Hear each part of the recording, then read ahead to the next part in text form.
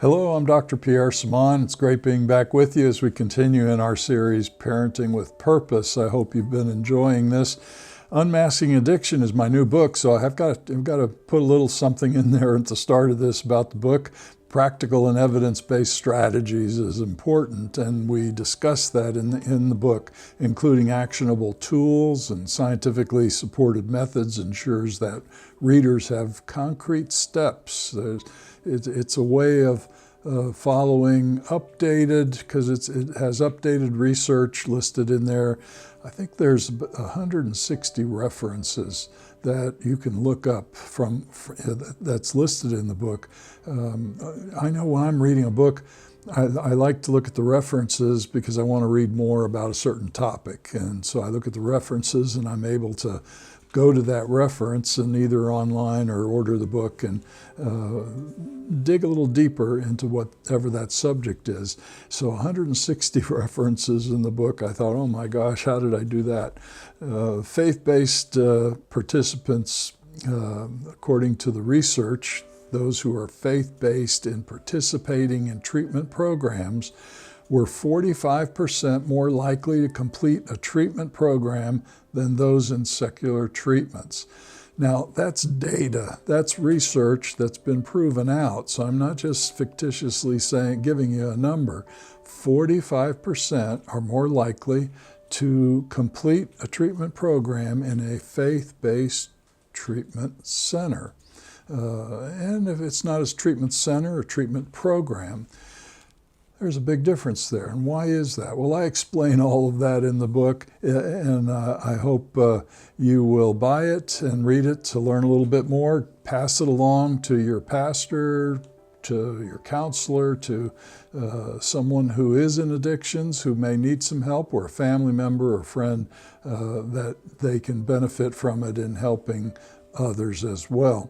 Well, the subject today, rites of passage and the loss of milestones, raising a resilient, Christ-centered generation. Resilience is the key word there. Understanding the importance of rites of passage in cultivating identity and spiritual resilience. What happens with rites of passage? I hadn't thought about this too much till I was reading about it and studying about this, and I thought, yeah, well, it does make a difference. Why did the teenager refuse to go through a rite of passage? Teenagers refuse a lot of things. I don't want to do this, I don't want to do that. Well, he says, because he said, I already have an identity. It's called Wi-Fi and snacks. That's all I need, Wi-Fi and snacks. I'm sure you've heard that if you have teenagers. But his mentor replied, or his parent may have replied, without rites of passage, your signal to spiritual resilience might be weak. And how true that is.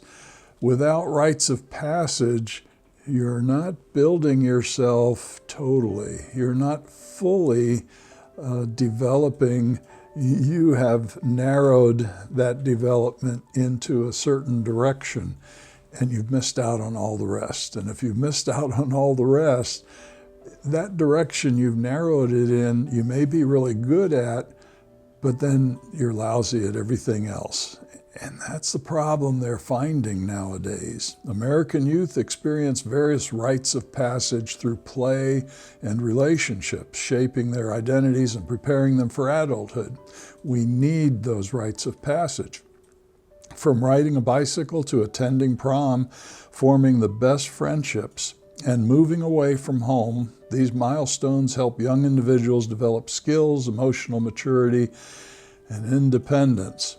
We're not seeing as many moving away from home nowadays, are we? And we can blame finances, we can blame this or that, but actually it's preventing them from going through a milestone of development that's important. It's delaying that development the longer they end up staying in the home.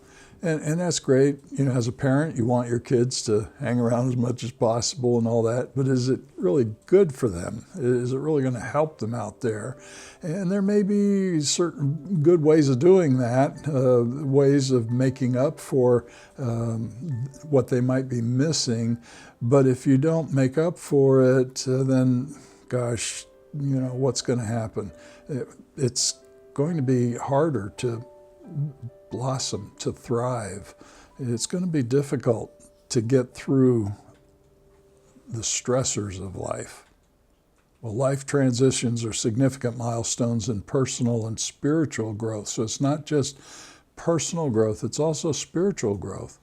And I saw that when I became a Christian. Now, I was raised in a certain religion, but I didn't know Jesus. I had no personal relationship with God. I just did the rituals. I just, you do this and you do that and you'll be okay. It wasn't in the heart. And then when I realized it and it came into the heart, I changed and things changed. I saw things differently. I perceived in a way that was unknown prior to that. Grass was greener. I remember driving down the interstate the day or two afterwards, and I looked at the trees and they were greener. So how is this? How can this be possible? And it wasn't that I was depressed either. Something changed inside of me. And you hear that from a lot of folks that have that spiritual experience. Traditional societies used rites of passage to guide individuals through critical changes. So rites of passages in some cultures are very strong, very pronounced, you might say, the good or bad, but they bring that person up to that level where certain things in adulthood is required, and they need that to survive in that culture. The absence of structured transitions in modern society leaves many feeling lost. Well, what are rites of passages? Let's try to understand that a little bit. Separation, leaving behind an old identity or stage in life, is part of a life of passage. When I became a Christian, I left behind my old self, as the Bible would say, leaving your old self behind, your new self, becoming a new self. Well, I did. I became a new self. But, elementary school, going from kindergarten to elementary to middle school, to each level was a rite of passage, wasn't it? It was leaving behind parts of you, the old identity of you, into the new identity. And you'd see the older kids and, that's the new identity. Well, I better act like them and be like them and fit in, because if I stay the way I was, I'm not going to be accepted over here. So now I have to be like them. So I'm forming a new identity.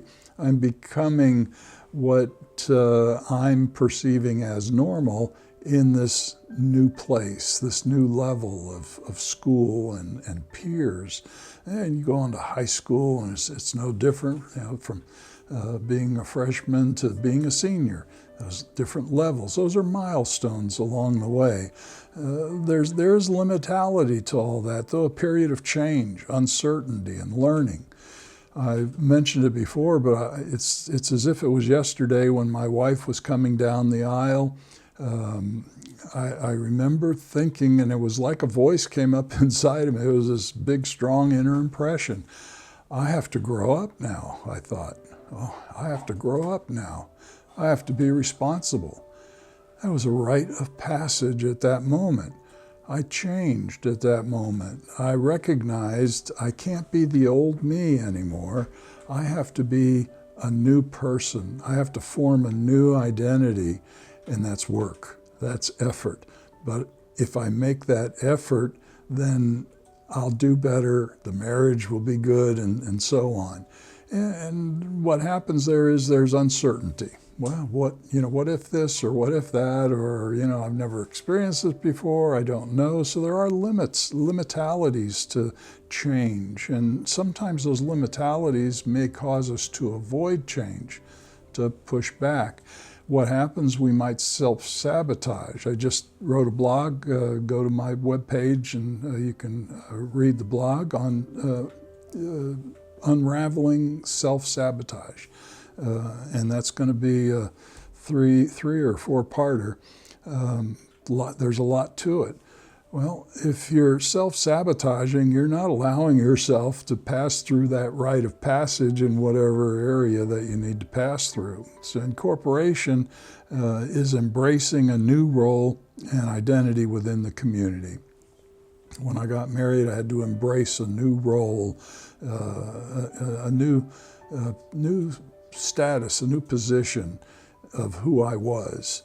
And I accepted that responsibility, and I worked at it, and we worked at it, and we got better and better at it over the years.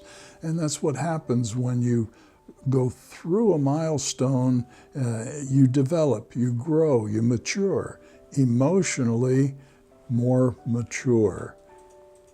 If you don't, you remain emotionally immature. There's a lot of adults who are 13 or 14 years old emotionally. You can see a 60-year-old who acts like a 13 or 14-year-old. Well, that's because they haven't gone through that rite of passage. They got stuck somewhere. They avoided, they self-sabotaged or whatever it might have been, and they're stuck back there. You see certain groups that are like that. It may be a political group, it may be a church group or something else, but gosh, they all seem to be very similar, 13 or 14-year-olds emotionally rather than maturing. We all want to go through those passages of life, those milestones, so we can keep growing, keep learning, and keep maturing. Psalm 119, verse 105 tells us, "Your word is the lamp that guides my steps, the light that directs my way." Well, if we do it God's way, basically is what that's saying. If we do it God's way, He'll shine that light in front of us. He'll show us what we need to do. Then it's up to us to make the decision to do it. The erosion of rites of passage in modern society it's getting worse. It's more evident. Western societies have abandoned mainly structured transitions. Young people lack clear guidance, leading to identity struggles and uncertainty. And that's why we're talking about this today in the Parenting with Purpose. The decline of traditional markers, religious ceremonies, as an example, coming of age celebrations or mentorship. Those are rites of passage that are kind of drifting away, becoming less evident in society today, or at least our culture today. And the role of church is important. How can we reintroduce these rites in a meaningful, faith-based way? So important. Get your kids to a church. Join the children. Have them join a children's church, a young adult church, or an adolescent group. Get them to participate. And if it's not church, Boy Scouts, Girl Scouts, whatever it might be. We're going to talk about a little bit about some of that stuff, but get them out there. And you might not believe in God. Give them a choice. Whether to believe or not, take them to church. Drop them off even, but really take them. Don't just drop them, take them, because they'll participate more if they know you're participating. And that's going to help them in forming a more complete identity.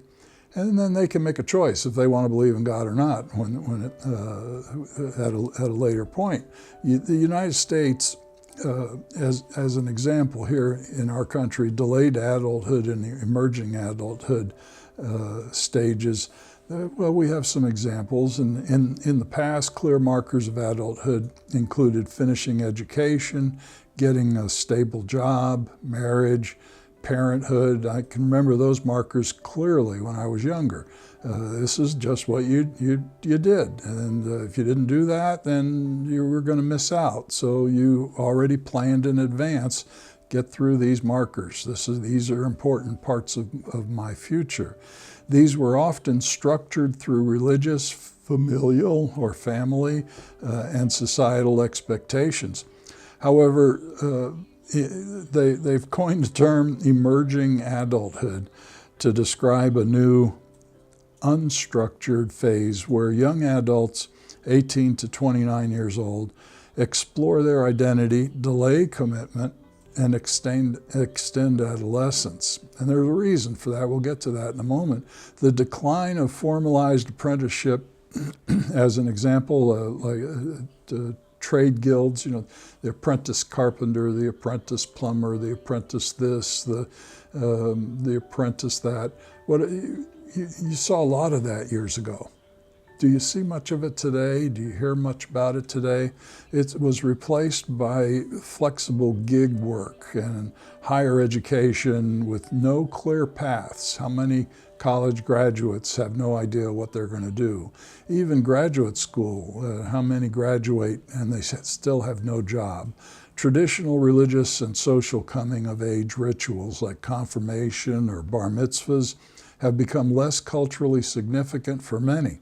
Courtship, as a good example, has been replaced by casual dating, online relationships, and cohabitation without clear engagement or marriage expectations. That's not good.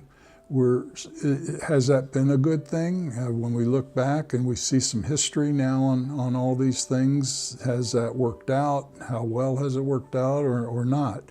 Truth basically has evidence to it. You see it or you don't. If you don't see it, it's not truth. What are we seeing in these things in current society today? There's a great rewiring occurring in childhood. In 2010, 2015, they've zeroed in on the research, they've zeroed in on those dates. The rapid rise of smartphones transformed childhood. Smartphones are great. I find myself, I can't even go anywhere without the phone. I'm thinking, oh, where's my phone? Years ago, I never had a phone. I did fine. But now I'm thinking I got to have the phone. Well, partly because there's so much going on. You got to keep in touch with these people got to keep in touch with you, or you need directions or whatever. Okay, we need the phone now. However, does it have to be all the time, 24 hours a day? Decline in childhood play is causing a growth in that particular area of smartphone usage, decline in the brain, a shift in active social interactions, bringing more isolation and digital engagement. There's a balance, and we talked about that last time. There's a balance. If we don't keep the balance, something's going to go awry. Increased anxiety occurs, depression occurs, social withdrawal. So since 2010, they've seen the scale shooting up on mental illness. Now, this person may have that reason for it, that person may have this reason for it, but overall, why does it zero in on 2010, 2015 time period? Smartphones came out. That was a big difference at that point. Proverbs 14:12 tells us there's a way that appears to be right, but in the end, it leads to death. Doesn't mean you're going to die, but basically it's saying it's not good. So if we do what everybody else is doing, if we're going along with the crowd, are we passing milestones? Are we going through those milestones to that next level of growth? Or are we staying stagnant, becoming stagnant in whatever it is because we're playing games all the time? We're not interacting. We're not socializing. We're not being trained for structure. Psychological, neuroscientific consequences come out of all of this. Digital dependence linked to declining mental health, according to the studies. Overuse of digital media alters the brain function. Reduced impulse control, emotional dysregulation, shortened attention span. Now, if you're an adult and you're using your smartphone, all right, you're at a certain point. But what about the child? What about the youth who's starting life whose brain is shaping at that point. Our brains are pretty shaped by now, but their brains are just forming. They're just shaping at that point. You know, I mean, and as I've said many times, it's not until you're around 25 years old that the frontal lobe area is completely is fully adjusted. You're thinking fully at that point. It's still growing until that point. You're going to make unwise decisions until that point. You're going to be more impulsive and so on. But around that time, it all gels together. What about the kid who's playing games all day long, not socializing, not going through these milestones? We need balance. Instant gratification versus long-term resilience is the occurrence. If they're not going through the various milestones of growth, they're going to want instant gratification. The brain is becoming wired in that way. They're not working towards long-term resilience. Dopamine-driven cycles of social media causes that stimulation to occur, the dopamine dripping, the excitement, the exhilaration or whatever, and whatever game they're playing or anything. Well, you know, that's what they're looking for, not long-term resilience. This undermines patience, discipline, real-world problem solving. Wow, what's going to happen when these kids grow up? What's the world going to be like when these kids grow up? And some of them already have grown up. The need for structure and guidance in developing patience and wisdom is of great importance. Cultivating patience and wisdom has never been more critical in a fast-paced, instant gratification society. Little growth is experienced in playing media games for hours a day. Structured guidance is essential in this development, providing individuals with the framework for personal growth, decision-making, and emotional regulation. Key word here is structure. Structure is so important for the developing brain. And even as an adult, structure is very important as well. With structure, we're growing, we're becoming more resilient. Parental influence helps us with that. A longitudinal study done by the National Institute of Child Health and Human Development found that children with structured parental guidance demonstrated, now pay attention to this, 40% higher levels of self-regulation, which means they're in control of their emotions, and patience than those with permissive or negligent parenting. 40% higher. Do you want your child to be 40% better than other kids? Then give them more structure, more parental structure, more time, more of your time. In doing so, you're elevating them. You're giving them a milestone, passing them along that they can pass those others who are just playing games all the time with no parental structure. Delayed gratification and success. I don't know if you remember it in your school, the marshmallow test. Some schools did that with the kids just to see what they were going to do. But that marshmallow test demonstrated patience in early childhood. Again, pay attention to this. 20% higher SAT scores for those who pass the marshmallow test. 20% higher SAT scores, 30% higher income levels in adulthood. How does that happen? What makes the difference? Well, there's a milestone there. The marshmallow test was, they put some kids in the room and they said, here's a marshmallow. You can have it, and here's a cookie. You can have the marshmallow right now if you want, but if you wait, you'll get 2 marshmallows.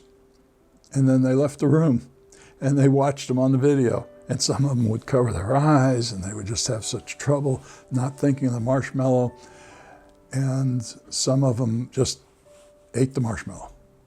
And some waited the 15 minutes and they got 2 marshmallows. Resilience. They were more resilient. Well, why were they more resilient? Well, let me tell you why they were a little more resilient, and there's different reasons why. But basically, higher SAT score study found that children who resisted temptation performed better academically, better emotional regulation. They were less likely to have behavioral problems or struggle with impulse control. Higher social competence. These individuals were found to be more confident, persistent, and successful in adulthood. Healthier lifestyles. They had lower rates of obesity and substance abuse, and stronger financial stability, according to the follow-up, the longitudinal follow-up on these kids that they did this with. And they were better able at saving money and making long-term decisions. Wow. Well, why is that? Well, there's some different reasons. One of the reasons is wealthier kids, or kids that had security in the home, they were more confident that they could wait because they were used to having their needs met. You don't have to be wealthy to be used to having your needs met. But those kids, they were used to it, so they could wait. Children from lower income backgrounds were more likely to eat the marshmallow right away, not because they lacked self-control, but because they had learned that rewards might not always be guaranteed in life. Our mindset has a lot to do with it. The way we raise our children, our parenting styles have a lot to do with it. It's not money, it's parenting, it's attention, it's love, it's sacrifice. We sacrifice as a loving parent for our kids. So you don't have to have a lot of money to give that security to the child that their needs are going to be met, in which case they're going to have more self-control and higher test scores. We all want that for our kids. Structured education and wisdom. Research also indicates that lifespan wisdom development found that individuals exposed to structured philosophical and ethical training, right and wrong, learning right and wrong, ethical training, 35% increase in wise reasoning abilities on the longitudinal study. That's a big difference. 35% increase on wisdom, just because they learned right from wrong early on. How do you learn right from wrong early on? Now, maybe the parent doesn't know right from wrong, but if you don't know and you're not sure, then take them where they can learn it, and that would be church. That would be children's church and whatever else. It might be Boy Scouts, Girl Scouts, or some other organization if you don't want to take them to church. An organization that knows right and wrong and teaches that. Not an organization who just teaches, do what you feel like.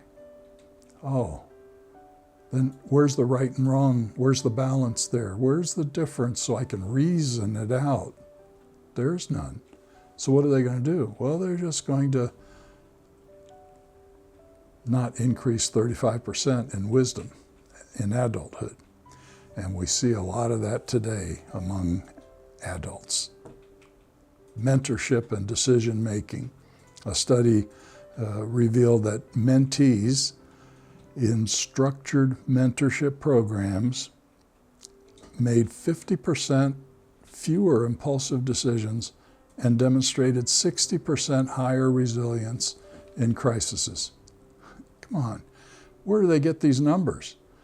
It's a high numbers. Well, they get it from the studies, so that it's statistically figured out that way. It works that way. If it's truth, it's going to be seen. It's reality. It's going to be seen. It's going to be measured. So that's science, isn't it? It's measured. They're saying 50% less impulsiveness, 60% higher resilience in times of crisis. Do you want your kids to be that way? I would want my kids to be that way. They're adults now, but we raise them that way. So they're that way now in adult life, in their jobs, in their careers. They're doing well, wonderful, because they were raised that way. And maybe you were raised that way. If you weren't, help your kids to be raised that way in giving them a better start in life. There's a biblical perspective to all this as well for resilience. And we talk a lot about Romans 12:2, which talks about renewing the mind. Don't conform to the pattern of this world, but be transformed by the renewing of your mind. Renewing your mind, it's going through milestones. It's learning, it's growing. It's saying the old me is back there, the new me is now, and the new me is going to help develop the future me. And I want it to go in a good direction, in a direction of passing milestones, of growing to more mature levels. I don't want to go downhill. I want to go uphill. And you want your kids to go uphill as well. Renewing their mind is that milestone process of learning and growing. But to do that, I need to know right from wrong. I need to learn. I need to play with others. If I'm just playing games at the computer, I'm not playing with others. I'm not learning. I'm not growing. I might grow in this one area, and I might be good in this one area as an adult. What about all the other areas? Guys, the statistics are saying you're not going to do well in all these other areas. There's a need for structure and guidance in developing patience and wisdom. How Christ-centered mentorship can serve as a modern rite of passage is a good question. How can it? Practical steps, well, youth programs, mentorships, faith-based community involvement, and I'm sure you can think of a dozen other ways. Restoring meaningful rites is important.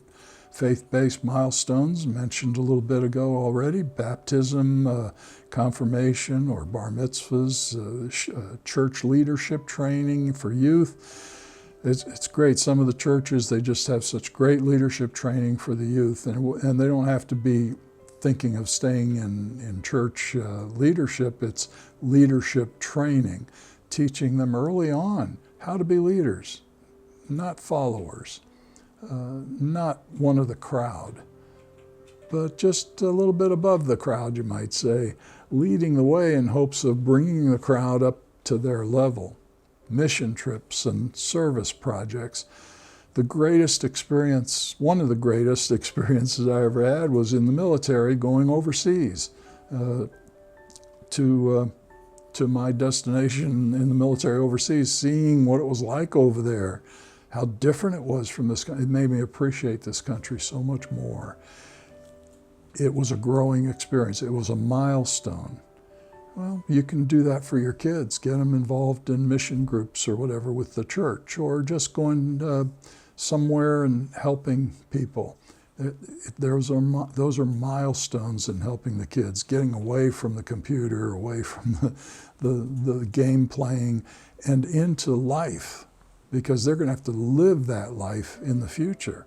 Family and community involvement's important. Ceremonies marking transitions, adolescence, adulthood, marriage, accountability structures such as mentorship, disciples, groups, and encouraging real-world growth, encouraging outdoor play, community service, hands-on learning, limiting digital exposure to promote cognitive and emotional maturity. This is a call to action. Yes, the digital world is the world of the future. We need to know it. We need to be able to handle it. We need to be able to work through it. But we also need all these other things. So we need balance. This is a call to action that as a parent, we have to give our kids balance in all these areas. Set structure for them. Allow them to use the media, the digital stuff for a certain time period, and then get them involved in other things. Don't just walk away and say, don't do that, you can't do that anymore. Well, what are they going to do? They're going to be like the marshmallow test. Wow, they're going to do it. They're going to sneak around and they'll go under the sheets in the evening with their little flashlight or whatever, and they'll play their games and all that, because you're not giving them other things to be involved in and helping them to be occupied in going through those milestones, passing those things, recognizing the necessity of guiding your children, your youth, through the structured transitions. If you're not guiding them, they'll go back to what they're used to. They'll go back to what feels good. Churches, families, educators must work together to reinstate meaningful milestones. Restoring resilience through faith, community, and international or intentional life transitions. Yeah, I'm sure you, as I said earlier, you have a dozen other ways of doing this. Find those dozen other ways, as long as they're increasing their abilities, they're growing, they're learning, they're expanding, they're being trained. Key takeaways to all this is we have to reclaim biblical and cultural rites of passage to raise a strong, Christ-centered generation. Now, I'm a Christian, so I'm talking Christ-centered. You may not be a Christian, you may be something else. Well, okay, raise your kids in that way of training in right and wrong, in recognizing and being able to reason instead of just looking up something and getting the answer. Well, talk about it, reason it out, teach them how to do that. Just talking with someone, many times a solution will surface. I never thought of that before, but it just came out of my mouth because I was just talking about it. Oh, now that makes sense. Well, that's part of reasoning, isn't it? If you're not engaging with your kids and they're just sitting in their room, or you're sitting in your room and they're sitting somewhere else, are you helping them to learn how to reason? No, we want to be able to do that. No. Rites of passage fosters identity, fosters resilience, in a Christ-centered worldview for those that are Christians. Without structured transitions, children are vulnerable for external influences. So if you're not giving them the structure and the growth, they're going to get it elsewhere. And may not be the growth that you want them to have. The church and families have to work together to restore these things back to the kids, these milestones back to the kids. So what rites of passage have been lost in your family or community? How can churches and families reintroduce meaningful transitions? Think about that. What can we do in the family to bring back maybe a tradition, a milestone?